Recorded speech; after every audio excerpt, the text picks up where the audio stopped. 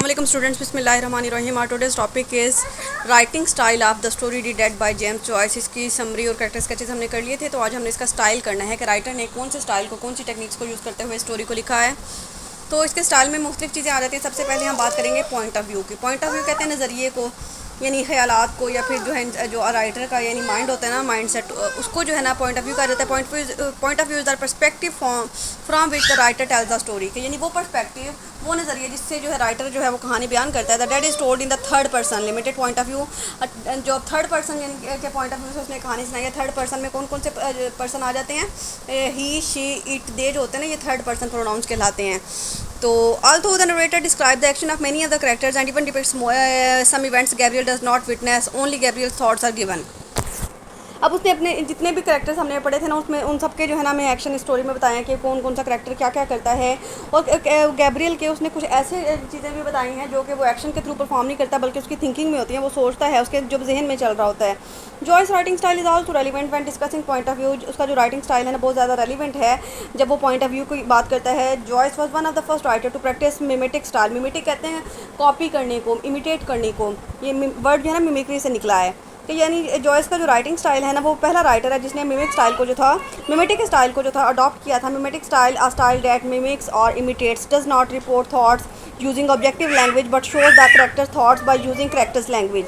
कि यानी वो राइटर जो है ना वो जो लैंग्वेज यूज़ करता है ना, वो उसकी करेक्टर की लैंग्वेज होती है। मतलब यानी करेक्टर क्या कह रहे होते हैं, करेक्टर क्या सोच रहे होते हैं, करेक्टर क्या बोल रहे होते हैं, वो जो है ना वो लैंग्वेज हमें जो है बताई जाती है। In the Dead the first sentence is an example of mimetic style. मतलब जो पहला स्टोरी का सेंटेंस है ना, अगर आप इसके टेक्स्ट को पढ़ें, lily the care takers daughter was literally run of her heat. The last phrase of that sentence, literally run of her heat, is actually mimic that lily would say. तो यानी ये इसकी जो लास्ट लाइन है ना, इस first वाली line के जो लास्ट सेंटेंस है, तो वो उसका मतलब ये है कि यानी मिमी जो है ना, सॉरी लिली जो है ना, वो कुछ कहने वाली है। Another example is when Gabriel looks over his speech and is worried that he would fail with them just as he had failed with a girl in the poetry. तो अब the phrase is more akin to Gabriel dialogue than to the words of an objective narrator. तो इसमें भी जो है ना Gabriel के जो है ना वो एक्शन, उसकी जो थॉट्स है ना वो बताई गई हैं, बजाय इसके कि उसके जो है वो जो परफॉर्म कर रहा है, मतलब उसके डायलॉग से ज़्यादा उसके जो इस बात से उसके जहन में फ़र्क पड़ रहा है ना, वो दिखाया गया है। It shows his frustration over his earlier encounter with lily. मतलब यानी वो जब उसकी लिली के साथ उसका सामना हुआ था, लिली ने उसको इंसल्ट की थी ना, तो उस चीज़ ने उसको बहुत ज़्यादा अपसेट कर दिया था। This device has become common in fiction but Joyce was one of the first to use it. अभी वैसे तो यानी बहुत से फिक्शन राइटर, बहुत से नावल राइटर जिसको होते हैं जो यूज़ करते हैं, लेकिन ये जो लिली जो है ना, वो जेम्स जॉयस जो है ना, वो फर्स्ट ऐसा राइटर है जिसने इस स्टाइल को जो है अडॉप्ट किया है, अपनी शॉर्ट स्टोरी में इसको यूज़ किया है। इसके बाद सेकंड इसका जो स्टाइल में आ जाता है वो है realism. The dead can be categorise with story that are in the realist edition. यानी उसमें जो है ना बहुत ज़्यादा उसने रियलिस्टिकली हर चीज़ को बयान किया है। A realistic writer will simply try to present life as it is without making a sensational plot or interpreting events. का रियलिस्टिक राइटर जो है ना वो चाहे स्टोरी का हो, ड्रामा का हो या नावल का हो, वो राइटर कहलाता है जो कि अपनी राइटिंग में हर चीज़ को यानी एज इट इज़ बयान करता है जैसे कि वो रियल लाइफ में पाई जाती है। मतलब किसी भी बात को एग्जैगरेट करके, बढ़ा चढ़ा के जो है वो पेश नहीं करता, एम्बेलिशमेंट करके पेश नहीं करता। और reader might see that nothing eventful really happens as is so often in the case as is so often the case in real life. मतलब यानी रीडर जब तो कहानी को पढ़ते हैं ना, उनको ऐसा लगता है कि यानी वो जो पढ़ रहे हैं ना बिल्कुल रियल है, कि उनकी लाइफ जो है ना रियल लाइफ में भी ये चीज़ें पाई जाती हैं। मतलब बाजू का कहानियाँ ऐसी होती है ना जो कि बहुत ज़्यादा जो है ना उसमें बड़ी बड़ी बातें की गई होती है कि हमें लगता है कि यानी ये हमारे साथ ऐसा नहीं हो सकता। He simply presents the character thoughts and action without comments. वो करेक्टर्स के एक्शंस को और थॉट्स को बगैर किसी कमेंट के पेश करता है।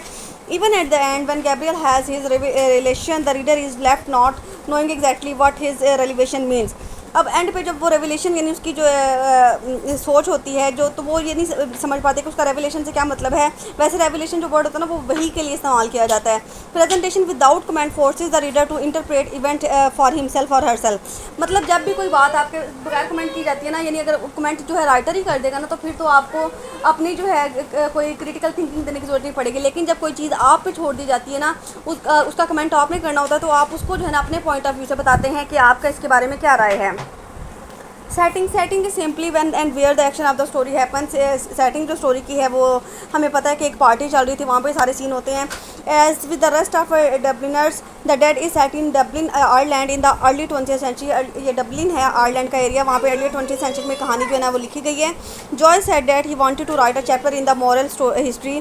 जॉयस ये चाहता था कि वो मॉरल हिस्ट्री के बारे में जो है एक चैप्टर लिखे, एक बाब लिखे of his country, and that Dublin seemed that the appropriate place because it seemed to him center of the paralysis।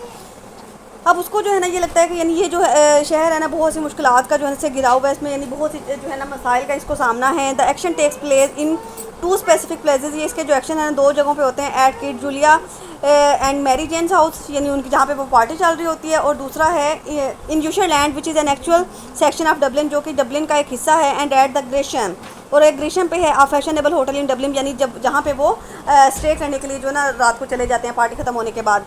Critics conclude that it takes place on January 5th which is eve of epiphany.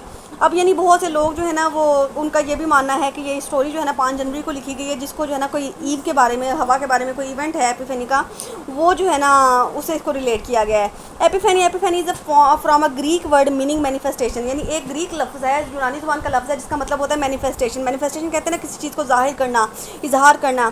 क्रिश्चियनी celebrate the feast of Epiphany on January 6 honouring the manifestation of baby Jesus to the wise men from the east, and term generally refers to the manifestation of God presence in the world। अब ये जो Christian student होगा उनको इस बारे में ज़्यादा information होगी कि यानी 6 जनवरी को जो क्रिश्चियन होते हैं ना, ये कोई जो है फीस्ट करते हैं, कोई रोज़ा वगैरह रखते हैं बेबी जेसस को जो है ना उसका कोई डे सेलिब्रेट करने के लिए। Joyce however made the word into a literary term, लेकिन जॉयस ने इस इवेंट को जो है ना लिटरेरी वे में जो है ना पेश किया है। He describe it as spiritual manifestation that reveals the true essence of an object of the character और द करैक्टर। इसमें जो है ना एक करैक्टर की जो रूहानी वो मैनिफेस्टेशन होती है ना उसको दिखाया गया है। He has use it as the climax of his stories, और ज़्यादातर उसका जो है ना वो अपनी ज़्यादातर स्टोरीज़ में ऐसा ही करता है कि अपने स्टाइल को क्लाइमैक्स देने के लिए, उसको जो है ना बहुत ज़्यादा पीक पे लेके जाने के लिए इस तरह की बातें करता है।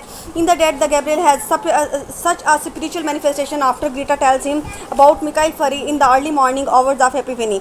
यानी इसमें जो है ना ये एपिफेनी के मोमेंट्स तब आते हैं जब गैब्रियल को जो है ना मिकाइल के बारे में पता चल जाता है, वो उसको जो है सारी अपनी स्टोरी बता देती है ग्रीटा अपने एक्स बॉयफ्रेंड के बारे में। तो उसके जो अंदर जो कन्फ्लिक्ट चल रहे होते हैं, उसका जो दिल जो है ना तकलीफ में होता है ना, वो सारी चीज़ें जो है एपिफेनी में आ जाती हैं। इसके बाद सिंबलिज्म है, और सिंबलिज्म इज़ एन ऑब्जेक्ट। अब ये देखिए ना एपिफेनी में यानी अंदरूनी उसके अंदर दिल में बातें चल रही है ना, लेकिन हमें जो है वो स्टोरी में बता दी गई हैं। मतलब जैसे अक्सर ड्रामा में होता है ना करैक्टर जो दिल में सोच रहा होता है तो वो भी हमें उसकी आवाज़ आ रही होती है। अगर रियल लाइफ में हम अगर ऐसे अपने दिल में कोई बात सोच रहे हो तो हमारे आसपास के लोग उसको सुन तो नहीं सकते, लेकिन ड्रामा में जो है कैसे यानी उसको ड्रामेटिक जो है ना टच दिया है कि यानी जब कोई चीज़ आप वो करैक्टर सोच रहा होता है तो वो रीडर्स तक या ऑडियंस तक जो है पहुँच जाती है। Symbolism, a symbol is an object person और place that stands for something else. अब सिंबल जो है हम जो है हर स्टोरी में हर नावल में पढ़ते आए हैं कि यानी ये जो है किसी यानी कोई भी चीज़, कोई भी शख्स या कोई भी जगह जो है ना वो किस चीज़ के मकसद के लिए इस्तेमाल की गई है, वो उसका जो है सिंबॉलिकली क्या मीनिंग है, वो सिंबलिज्म कहलाता है।